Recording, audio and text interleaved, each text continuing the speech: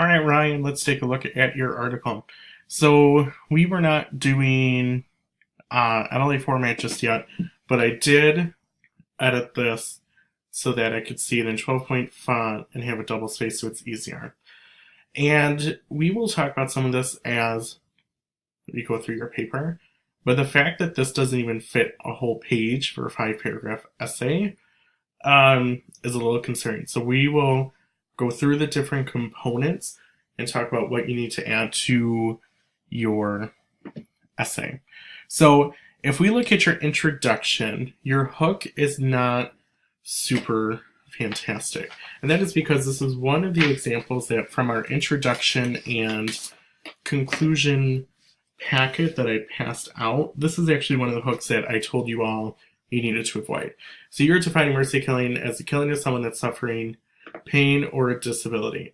So this is correct. You're not wrong, but it doesn't really bring readers in. And it's one of those cliche beginnings that, whoops, sorry about that. One of the cliche beginnings that you want to avoid in introductions. And the other glaring thing, there's two things. First of all, you have the book title incorrectly. You have that misspelled. And the second part is you don't have a thesis. So the purpose of your argumentative essay is to take a stance. It is ethical or it is not ethical. And throughout the essay, you build your evidence and analysis that supports your claim. But here, I don't know what side you're taking. You just say many people think that it is not ethical and wrong, and then others believe that it is ethical and helps the disabled. So this is fine, but my problem is 1, 2, 3, 4. You have 4 very short sentences. You don't really have a hook. The thesis is gone, so it's shorter already. And you can definitely build on this a little bit more and just give a quick glimpse into what mercy killing is, maybe how it's changed. But you definitely need some more information in the intro, as well as a better way to start the paper and having an actual thesis there. Because right now you don't really have a hook and you don't have a thesis either. All right, so moving on to your first body paragraph, there's a few things I am noticing. So the first is when you're introducing the article, I know we haven't talked about it a lot, but you just say, in the Time article, Emily's spinal column was gradually collapsing and she had Alzheimer's. So this is an example. What you are lacking is a topic sentence, and your topic sentences will essentially create an idea about what your body paragraph is about. And you go right into that example. So that's something to think about. But also as you introduce the Time article, a better way to do this, especially with how short your paper is in the Time article that discusses mercy killing. And I'm only saying that because we haven't hit on NLA format yet, which will kind of get rid of some of these weird things. But the thing is, you don't explain who Emily or Gilbert, you don't explain who they are. And yes, it's in the article, but you need to make sure you're explaining who these people are. Because this just reads as a random Emily and a random Gilbert. So you need to introduce who they are before you really get into that example. And then Gilbert, his husband, I think you mean her. And in that case, you would have to have Gilbert, comma, her husband, because then your commas act as an interrupting phrase. Because otherwise, Gilbert, his husband, this doesn't quite make sense. And this is the thing, I haven't come across this yet. So when you have mercy killings, these are actually nouns. Because you have a mercy killing and mercy killing. So the way that changes on the ending is you have mercy killing, a singular noun, and then you have plural when it's killings. Mercy killings are not verbs, so this does not work. So verbs will always be the words in a sentence that change the ending aside from just adding an S to it. So you're actually using mercy killing incorrectly because you're using it as a verb instead of a noun. So this is not correct. So you say, mercy killed her, so she did not have to suffer through the pain. It was right because she was suffering, and that did not want her to suffer in pain. These 3 sentences all say the same things. So as far as I'm concerned, in the Time article, Emily's spinal column was gradually collapsing and she had Alzheimer's. Gilbert, his husband, mercy killed her so that she did not have to suffer through the pain. That is essentially all that I see in this paragraph, because your next two, just repeat itself. So you want to start off with some kind of topic sentence. And given this example, you could talk about mercy killing should be ethical because it gives patients a way out of their suffering so they no longer have to endure it. That would be a good topic sentence, because that leads into this example that you don't want her to suffer. And the only way you can really make this better is if you tie it in back into the ethics of it and specifically mention this is ethical, because at this point, that's what I'm assuming you are taking the position of. So overall for this, some grammar concerns, really short, it's too repetitive, and you need that analysis and to be able to build your evidence a little bit better. Okay, so moving on to this body paragraph. Previously, I had stated that I assumed you were taking the position of it's ethical. Yet we have another paragraph about how it's not ethical. So as a reader, I have no idea what position you're taking, because this is not an argumentative essay. It's kind of informational mixed in with an argument, but you need to take a side and stick with it. So we have a spacing issue here, Dr. Kevorkian. There's no space there. There needs to be a space. And then you have the concern with mercy killer. I guess that works. That is technically a noun. So then you say he gave drugs to people to kill them, not help them get better. This is technically not a complete sentence. You would need a comma. I don't think a comma would work there. You would need some kind of modification for the punctuation. I don't know what's going on here. Just ignore it. You would need some kind of, there we go. Some kind of punctuation, or you need to reword this. They say, well, in this case it's wrong, but if they're in deep pain, why should they live?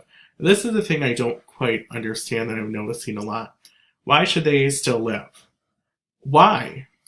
Good question. But why is there no question mark? If you're going to pose a question, you need to have a question mark. But this is what I've been telling a lot of people. If you ever integrate a question into your paper, especially in a body paragraph, get rid of it and just answer the question, because that is how your essay would become better. And then move on. He tried to commit suicide. That way he did not have to serve time in jail. No, this is not true at all. So I see a little bit of misevidence in that, because he never tried to commit suicide. And then when you say he was out to kill people and end people's, this technically needs an apostrophe between the E and the S, because that will show possession to end people's lives that were not good, unhealthy, or in pain. This is okay if you're talking about this is what he's doing. So it's hard for me to really say what to do for this to be better, because I'm not sure what your claim is. If you were trying to support mercy killing, I would get rid of this word. He was out to kill, because that looks at him as a predator. If you're looking at it as not ethical, then maybe that is the verbiage you use, but this is a little bit confusing. So in this one, you do have, you have a piece of evidence. Sure, he gave drugs through medication for them to be euthanized, but you don't really do the analysis, because I don't know what your claim is. So then if we even look into your next body paragraph, George doesn't want to see Lenny suffering anymore.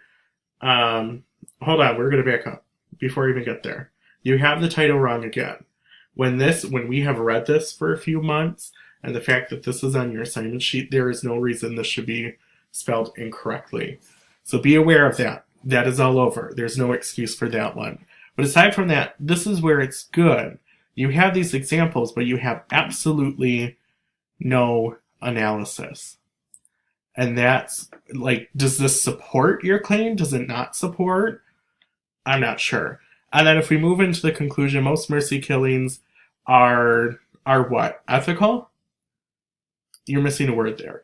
Most mercy killings are ethical because family members or close friends do not want to see someone close to them suffer in pain. People think that this is very wrong and unethical. I think that it is all right in some cases. Avoid that first person. This is technically not a word. It needs to be ALL space RIGHT. This is technically 2 words. I would just not use that in formal academic papers at all. If someone is suffering, do not let them keep suffering. Just end their life. So here's kind of the nuance and the gray area that you're addressing in your essay. Yes, there's a gray area, and that's fine, but you need to take one side and just stick with it. Sometimes papers are fine if you take the gray area, but it's a hard paper to write. And this is exactly why. You don't really explain the positions. You're like, oh, well, this was right, this was wrong, but you don't really talk about that gray area. You never explain, well, it's okay in some cases, but not other. You don't really explain that through here. So, as I look through your essay, and we're done with this video, I'm concerned about the grammar, because there's a few pronoun issues, there's verb forms, there's spacing issues, etc. There's some misuse of evidence. You don't take a claim at any point, and you definitely need analysis because you don't really have analysis anywhere in here.